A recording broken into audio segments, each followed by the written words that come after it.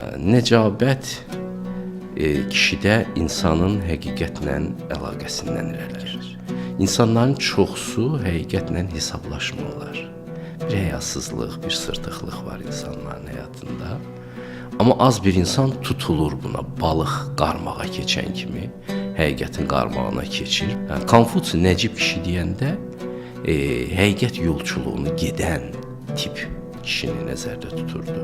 Məsələn, deyir ki, əgər adam gəldi çatdısa 40-a, öz peşəsi ilə insanların hörmətini qazanmayıbsa, mən ona elm öyrətmərəm. O Nəcib kişi deyil. Balaca adam elm öyrənirsə, o vəzifə üçün oxuyur.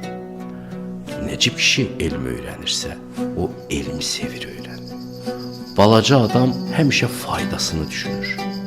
Nəcib adamsa verəcəyi xidməti düşünür.